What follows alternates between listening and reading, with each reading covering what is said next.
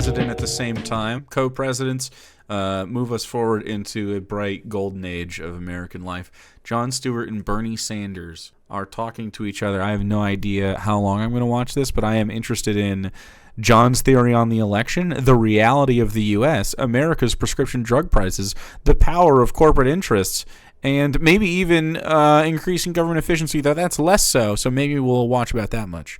So we'll see. I'm really excited for our guest today because I think he has embodied somebody who's been really consistent about fighting for the rights of workers and fighting for an economy that more aligns with, I think, what a healthy society should align their economy with, and more bottom up and more respect for work and labor and not causing people to get squeezed in such a way that everything feels so tenuous all the time. So easy. I'm excited to get to it. Does feel tenuous. him. I won't babble around any He should longer. literally just run. He would win. He would win. So let's welcome in right now. We're delighted that he can join us. Independent Senator Bernie Sanders, chair of the Health, Education, Labor, and Pensions Committee. And Senator, thank you so much for being here today. I'm excited to talk to you. Well, my pleasure, John, and keep up the great work. Well, thank you, sir. You too. Now, I have sort of a theory of the election, and it is purely my opinion. But I got the sense that what kind of happened to the Democrats was that they were in a position to defend a status quo that most voters, certainly many, felt was no longer delivering for them. That, and there's all kinds of different iterations and permutations of that thought.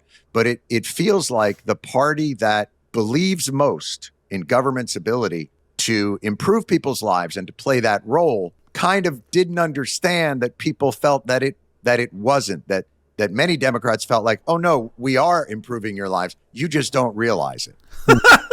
This is what we're talking about liberals, because they do this, like, while there may be like marginal improvement of like lifestyle, prices of things might drop. You might have some better back end like safety net help, but it's all at the end of the year, or I guess at the very beginning, maybe a tax refund or whatever.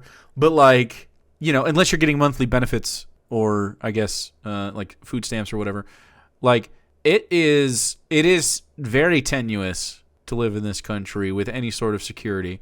Like, thanks to you guys, I'm doing better than I've ever done. And I mean, it's not a not precarious situation. Like, I think I'd be good for a couple months, but I'm just not, I'm like a second paycheck away, if it essentially, like, instead of paycheck to paycheck, I got maybe a pad of another one. And it's like, that took years. And that's not the lifestyle that some people live. And we live below our means, man. Like, we live pretty nice and chill. Mm-hmm. Is that something that resonates with you, sir? It is, John. I would look at it just a hair differently, mm-hmm. but I think you're on to the fundamental issue of the campaign. Bottom line is, Donald Trump said, the system is broken. That's all. And I'm going to smash it. Right. Yeah. I'm going to burn it down. That's right. Yeah. So tell me a leftist couldn't have run.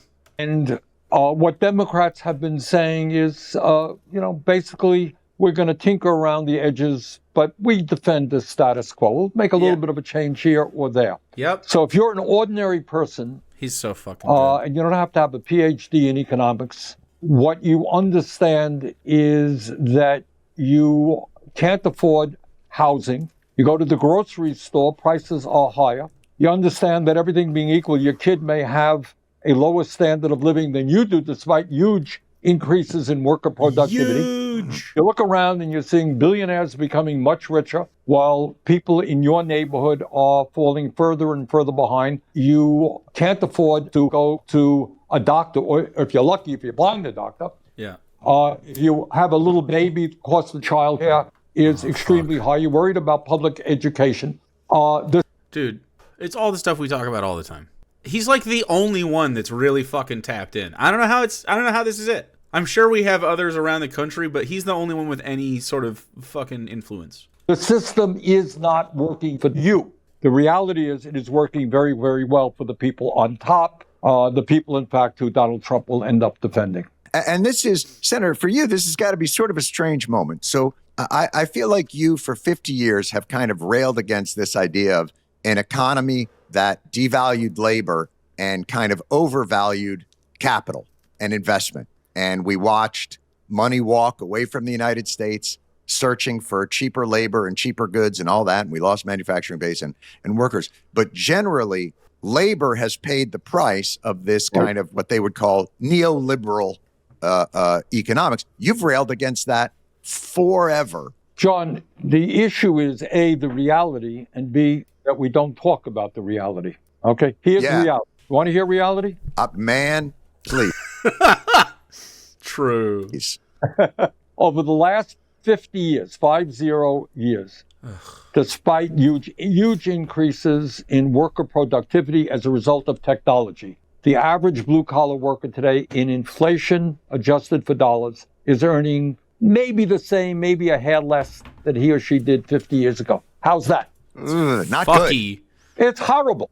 It's unbelievable. Right. And at the same time, there has been a $50 trillion transfer of wealth from the bottom 90% to the top 1%. That makes me ponder France. Got that? Massive transfer of wealth. So ordinary people may not have, know that, but they know that there is something fundamentally wrong. They're getting screwed. They had a good job in a factory. That factory's in China, and the very wealthiest people are becoming wealthier. That's the kind of angst that Trump... We should be able to go get fucking health care. You kind of have to make a decent living to even have access, or kind of you have to be able to have benefits. Like you have to, or I'm calling them benefits. You have to be able to get like Medicaid or Medicare. Like it's like shockingly expensive. And then like on top of it, it's not only expensive to have insurance, it's expensive to go to the doctor after having insurance and like whittling your copay down shit. It's crazy, or your deductible. Was able to pick up on. And do you think it's, when they talk about we have to defend democracy, but if the people believe that our democracy is a kind of soft oligarchy, and quite frankly, it is not even that soft. Yeah. It appears to be an oligarchy. And it appears to be an oligarchy. I'm glad John is on this. Do they think, well, what am I actually defending here? We need not incremental changes. We need fundamental reform. John, that's exactly right. And in fact, there was... Yeah, but we have to dabble with fascism first because they're the only ones that can fucking have this messaging. It's crazy. A poll I saw in the New York Times a couple of months ago before the election, something like 45% of the American people said democracy is not working for them. So what does democracy mean? Does it mean a big deal? You're going to go out and vote every 2 years, every 4 years? It means that the government is supposed to represent me. Fucking true. Thank you, Bernard. I feel good about it.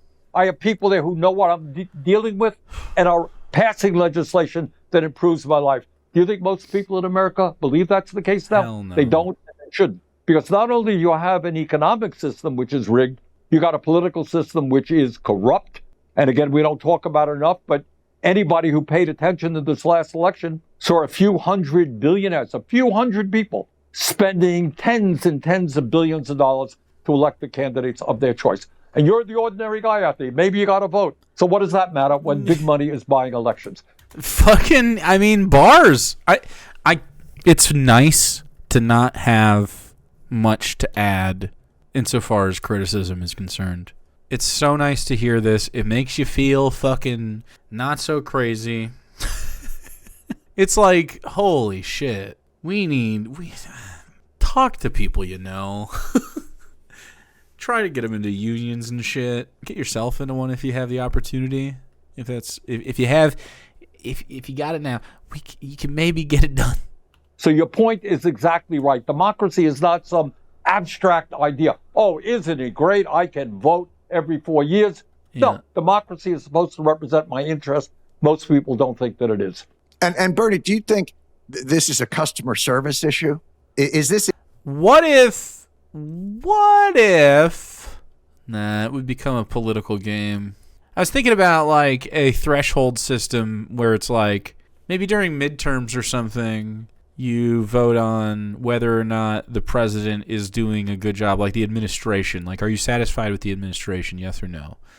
And if it is overwhelmingly no, like, I don't know, 2/3 or something, then we have like we vote again. You know what I mean? Like, but I don't know. Maybe that's too much upheaval. I mean, maybe that would be good. Maybe we would run them off. I think you'd have to get rid of money in politics first, and you'd have to get rid of the access to money from politics. I think you had to do other shit first, but because it would become a game of like, let's just get this person out of power constantly, you know. But I think it would be good to have in general. I just don't. I feel like our system is so fucking cynical. It wouldn't use it for good, you know. Why not a vote of no confidence? I mean, that's fine too. Sure, yeah, same shit. It's an issue of being so removed from, I mean, if you were to look at, you know, and I've looked at these kinds of tax bills where they'll lay out the 8 tranches of where your tax money might go. Well, the first 5 of them don't really impact people's lives. How do you create a system of government where, I mean, there are tons of people in European countries who receive social services far beyond. Can't, because the current court would just upkeep Citizens Unite or uphold it. How do you kill Citizens United? That's the question. That would be a huge first step.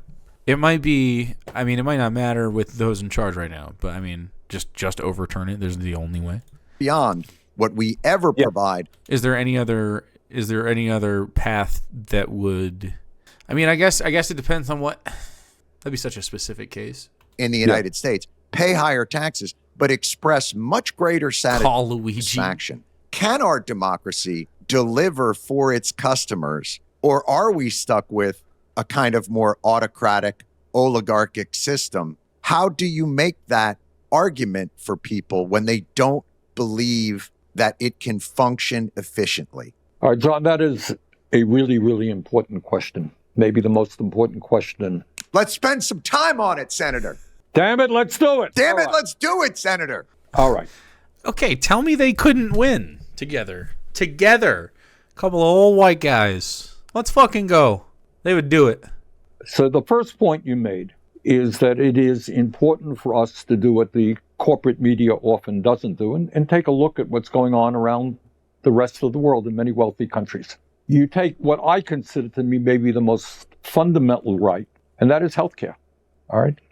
So if you go out and poll people, and I do, is healthcare a human right? Should every American be entitled to healthcare, whether they're rich or poor, young or old? And you know what the American people say? They say, yeah, we do believe that. Right. And yet you'll have, to your point, very few people in Congress, in the Democratic Party, in the Republican Party, who really say, you know, healthcare is a human right. The function of healthcare should not be to make huge profits for the insurance companies and the drug companies, but to provide quality care to all people. Now, you know what? That's a hard thing to do. Imagine if all the money tied up in that bullshit was just elsewhere in the markets. Families just having the money that they have. Imagine how much pressure that would take off other parts of the economy that, you know, get a little pushback because we don't, you know, they need to relieve pressure on the working class or it's going to get bad for them. Like, it just is. You're seeing the first, like, I mean, the normies are kind of waking up on some form of class consciousness when they don't give a shit if a healthcare CEO dies. You know what I mean? Specifically gets clipped. I mean, for any country on earth, no system is perfect. But we have got to establish the premise healthcare is a human right, not just a commodity for large corporations to make money from. If you could do that, if people understood that they lived in a society in which they had healthcare as a human right, that in itself, John, would be a profound transformation of people's attitude toward government. Right. It really would. Because then it would feel like the government does stuff for you.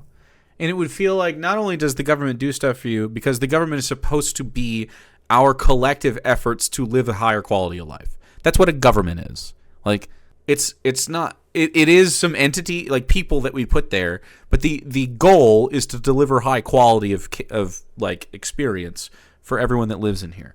But instead, it is used to curate a high quality of experience inside the borders of the United States for the wealthy and for those who are given the opportunity to be voted in.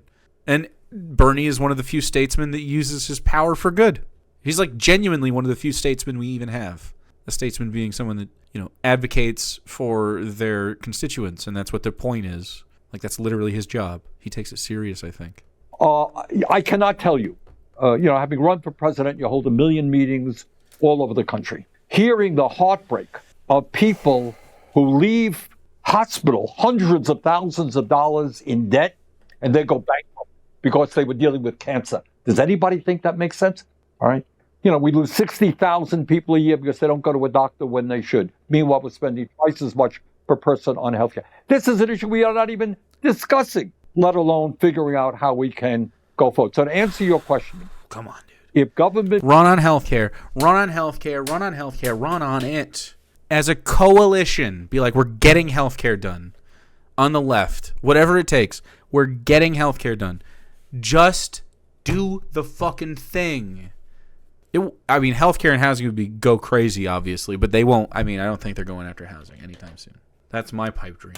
It begins to deliver for people. They say, hey, you know what? Maybe democracy works. Maybe I'm going to get involved. If it doesn't, if it just delivers for the rich, who the hell cares? Why do I need a democracy? Well, they even look at, when any survey will tell you, the most popular things in government are probably Medicare and Social Security, and these are what's are considered socialism. But in the rest of the industrial world are minimalist social safety net programs. But I'll even go a little further. When you mentioned earlier incrementalism, and I think that's such a I desire so deeply, and I feel like most leftists do, and that's kind of why you're a leftist. I desire so deeply to love this place that we live, like so much, to like really love it, because it's got so much potential. We could get it done. We just have to deliver high quality of life, and we have like double the GDP of China, and they're our fucking competitor. It's crazy. Let's go, man. Let's do it. But it just sucks. A fascinating point, Senator, and one that we don't talk about. Think about the trumpeting of, hey, we lowered insulin prices. We finally, after a 30-year battle of charging up the hill, we finally, as the federal government, got to negotiate insulin prices. And you want to say, well, we've been spending billions of dollars in subsidies for drug companies, and yet our drug prices are much higher than anywhere else in the world. And think of the court cases, just all of the money that's tied up with that shit. All of it. Just bogging the fucking system down constantly. The bureaucracy of the healthcare system. Your doctor's spending time doing that and fighting for you instead of actually spending time being able to visit with patients or have some time off. The world. If this were Shark Tank and you were the investor, which is what the American people are, the return on investment is fakakta. It doesn't make any sense. John, you're right and you're wrong. But wait a minute. Don't pull the rug out here, Senator. Yeah, talk to me. Your basic premise is, of course, true. Right. On the other hand, you have to appreciate, given the corruption, the broad corruption that exists here, and the power of the drug companies, that it was a very significant achievement on the part of Congress and the Biden administration to at least start to do what every other bloody country on earth is doing. So we spend zillions of dollars on prescription drugs. It doesn't take a genius to say, hey, drug companies, let's sit down and negotiate a good price. The Veterans Administration, by the way, has been doing that for decades. Okay? Every other country on earth does it. It was a huge struggle. So the Biden administration deserves. I think we can just run on this shit and get it done. You'd have to pass something through legislature, and then you'd have to sign it into law. Be like, healthcare is a human right. We phase out the private sector in healthcare, or at least, I don't even care if you want a private option. If you want to go get fucking, Maserati style fucking healthcare, I don't care. But everyone should have access to healthcare, the highest quality that we can possibly give. And it shouldn't be a question of price. It's about investing in the working class, because if the human beings that live here do well, we do well, because we're the human beings who live here. It's credit. But your point is, yeah, so what? We got insulin. Good. How did we end up in that position? That's, Yeah, all right. To your point, and this gets back to, I think, getting back to the campaign, not good enough to say, look what we did, we got insulin. But by the way, a new cancer drug coming onto the market, you know how much it's going to cost a year? Right. Hundreds of thousands of dollars. Are we really talking about taking on the pharmaceutical industry so that they don't continue to rip off the American people? No, that's not on the table. Can't be talked about. And Because they pay people. And in many ways, for me, I think if I'm fundamentally thinking about why government plays an important role in all this, we talk about the system of democracy as checks and balances, and we all talk about legislative and executive and judicial but not the capitalists and all these. I think what nobody ever class? really maybe projected into was the power of multinational global corporate interest. And John, I think a few of us have talked about this. That's a little irritating. I'm not surprised Jon Stewart's not been made abreast, but god damn it, leftists have been talking about this forever. There really isn't anything that is other than government. We're missing a lamp. Well, Jay Ganja has to tell me. That has the size and hopefully the will. Look, the system that we have chosen to generate profit is a powerful one. And it, as you very adeptly pointed out earlier, generates an incredible amount of wealth. But very clearly that system has victims and collateral damage. And it feels like government's role should be to support those victims and the collateral damage and somehow be a check on this larger corporate entity. Yeah. Yes, we can't allow capitalists to just do whatever the fuck they want. Yeah, we should regulate it. But the corporate world understands exactly what you said, and that's why they're trying to buy the government. So in some ways, you can almost look... Buy the government with their own money! But because the government is a rotating group of people, we can just take this shit back. Look at government today as a result of Citizens United, as the House and the Senate, as employees of large corporations and wealthy people. I mean, that's what, if you're a billionaire, you could start a super PAC, put hundreds of millions of dollars into an effort to defeat, say, Sherrod Brown in Ohio or other candidates, or AIPAC. If you disagree with what Netanyahu is doing in Gaza, well, you're going to have to deal with AIPAC, who's prepared to spend $17 million in a bloody Democratic caucus. Yeah, man. You want to stand up to AIPAC? Good luck to you. So that gets back to money in politics, how horrific Citizens United has been, not only in allowing billionaires to buy elections, but to intimidate people. You want Facts. to stand up to the drug company? That sounds like fucking warlords and kings to me. It's cold. Fine. They're going to put a whole lot of money to defeat you. You prepared to do that? Well, maybe I don't want to do that. That's where we are at. Senator, do you think it's fair Isena, thanks for phone. to say, even before Citizens United, that, kind of money talks, bullshit walks, like the government had been captured by these sort of moneyed interests for a very long time? I mean, even back to our founding, it's been... Yeah. No, it's always been the case. It goes without saying. The rich have the power. But Citizens United and these super PACs have made a very bad situation much, much worse. Yep. So let's talk about how, the Republicans have captured that kind of mantle of, we're going to defend the forgotten man. We're going to defend, the mantle that you have taken on for your entire career, and never wavered in any of it. But is there populism for workers a false populism? Because if you look at, they might say, okay, let's get more protectionist on trade and try and draw some of those jobs back.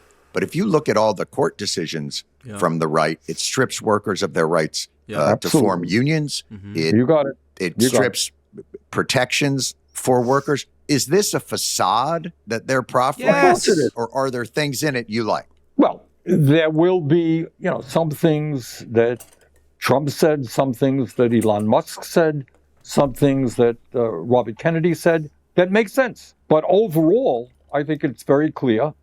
Trump is appointing his billionaire friends to the important positions in the cabinet, and his job is to represent the billionaire class, with some exceptions. He's going to have to... It's so fucking... it's fucked! Look, here's the thing, though. I also am of the case that I don't give a fuck about the country. I care about the people in it. So I don't really give a shit that they are robber barons. I care that we are the ones being robbed from. And I think it is our responsibility to make other people aware of this problem. It is important that we have dialogue with people. It's not just like an internet thing, right? Like this is their They should be able to advocate for themselves, and it shouldn't be weird for you to talk about, like, hey, your boss is fucking murdering you. Like, because that's what they're doing. Walk a bit of a tightrope because he's made promises to working class people. And I think what my job, and people in Congress who share my views, not too many, is to say, okay, Mr. Trump, you talked about a 10% cap on interest rates for credit cards. That's a great idea. Well, you know what, John? I'm going to introduce that legislation. Let's see how far it goes. For years now. He's just trying to get W's wherever he can. Smart. I have understood, as most Americans have, that the defense budget is bloated, that many of the major defense contractors engage in fraud and waste. Fucking true. Man, Bernie's the only one, dude. Why is Bernie the only one? How is it that does he not? He must seek out others to make coalition. Has he never tried to have this conversation with them? Is he really hoping that they get it together on their own? There's no way. There's no way. He's such an amicable guy. He's affable even. Massive cost overruns. All right, I have legislation in to cut military spending by 10%. Recently, you may have noticed Elon Musk came out and said, you know what? We should be cutting military spending. How many Republicans will go along? So when they say good things and appropriate things, I think we should work with them. How do you walk that tightrope? Because what I find is there is a gag reflex from, and I think both parties have it, a gag reflex on Robert Kennedy says, ultra processed foods are killing Americans. And I'm like, yeah, that's right. God awful. That's got to change. But if you were to say that, boy, are you just dogpiled. How can you agree with Robert Kennedy Jr. on anything he... Yeah, but like the ultra processed foods is a symptom of capitalism. It's just all back to that. They're just chasing a buck. It's just all unethical. He's this and that. And Elon Musk says we've got waste and inefficiency in the government. And we're like, yeah, we've been yelling about that for years. And as soon as you do that, how dare you? It's really interesting. John, that is exactly what the challenge is. I'm holding a hearing as of today, and for the next month, I am chairman of the Health Education Labor Committee. You know what I'm holding a hearing on tomorrow?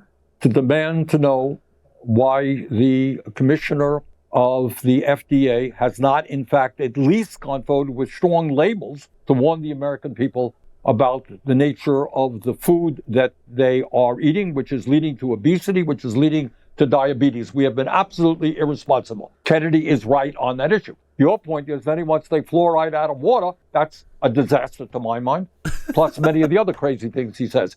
So you're saying, how do you walk that line? Well, that's exactly what we are trying to figure out right now.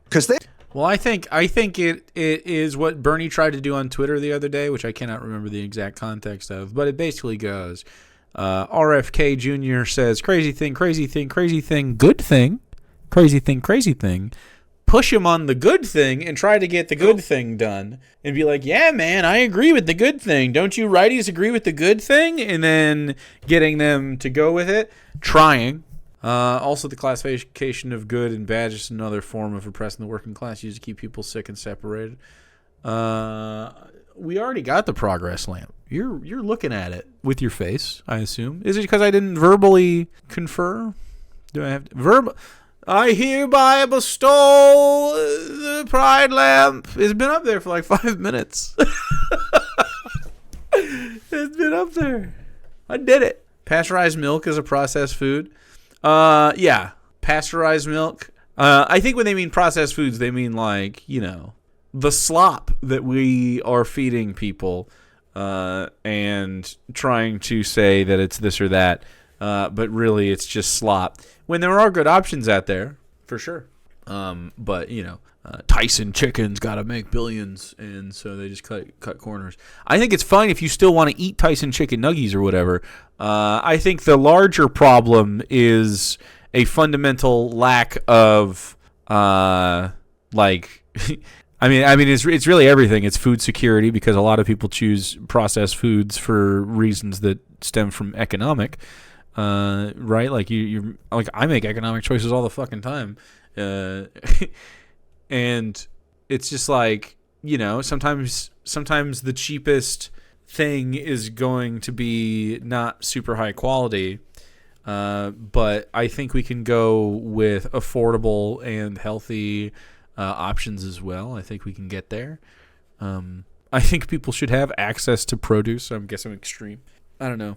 I think it makes a lot of sense to have a place of excess and like literally flaunt it and be like, look, aren't we the fucking best? Oh, we just give our citizens. I wear gold every day, and we give our citizens health care, and we give them fruits. Imagine eating a free apple. Oh, I don't even know why they eat them. We're just feasting. I don't care how we get it done. Okay? Sometimes the cheapest thing is a roller dog at the gas station. And also sometimes shitty things are good and we like them. Like a roller dog at the gas station. Actually, I haven't had one in a long time. But you can eat a roller dog. I eat like the little taquitos or whatever. I'll fuck up a taquito or 3. Because they're cheaper when you get more of them. And that's what it is. And a lot of it has to do with... But it goes deeper, man. And it's not like a fucking tinfoil theory. It's just how complex shit is. It goes back to like why we subsidize certain crops like corn. So that means we have really fucking cheap taquitos. And then the corn syrup they put inside of it. And then the fucking corn they use to make the plastics. They put everything in it. Like, it keeps happening. And taquitos slap. Everyone likes a taquito. I got mini tacos tonight. I got mini tacos with my fish. It was a smart move. I would love some mini tacos right now. I'd eat them right now. I'll just crunch into the mic. They've identified, look, the system that we're currently operating in, Senator, is bad. You've got food companies that have scientists that are working to design foods to get past the chemicals in your brain that tell you to stop eating, to get past those defenses, which creates diabetes and obesity. And then you have the pharmaceutical companies who come in and say, well, here's Ozempic and here's Mounjaro. And now we're caught in this bananas cycle. That's a little bit true, but I mean, that's probably more of a problem in Jon Stewart circles.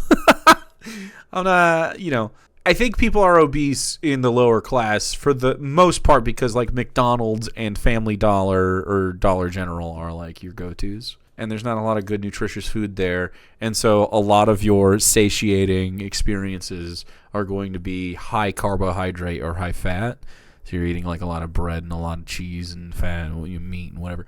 And so like, the things that we consider healthy, fish and vegetables and produce that are good in season and they they taste good and they're well prepared. Like that's pretty cool. That's like $14 for a salad. Not a lot of people are prepared to spend $14 for a salad, especially when you're poor. Salad is a luxury unless it comes out of a bag and is covered in ranch. In my humble working class opinion, and I love a salad, man. I eat salad at home pretty regularly. I need to eat more salad right now because I've been holiday eating and it has very little. But I like pinto beans. Pinto beans are good. Beans and rice is all good. Look, but you gotta. I don't know. We need to. We're bowing down to corporations so that we can have like animal feed at this point. And if you're working class, it's not like it might be tasty animal feed. But, like, there's no nutrition in some of the shit they sell. And it's fine if it's an option, but I think we should be able to have... You either got to raise the quality of living by alleviating pressures off of the working class and you can keep your food how it is, or you have to alleviate pressure directly with the food.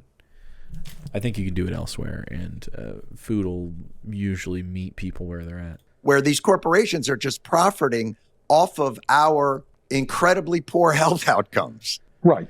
All right, and that's exactly the issue we're talking about now. We have talked to scientists, to your point, who are saying that the food that they are advertising massively on TV, which is another issue, is addictive. Doritos. It is. I want more and more of that crap, and it stays with me my whole life, which is why we're seeing an epidemic in childhood obesity. 20% of the kids now, 40% of adults. We're spending $400 billion a year on diabetes-related illnesses. How's that? 1/10 of the healthcare budget. Damn.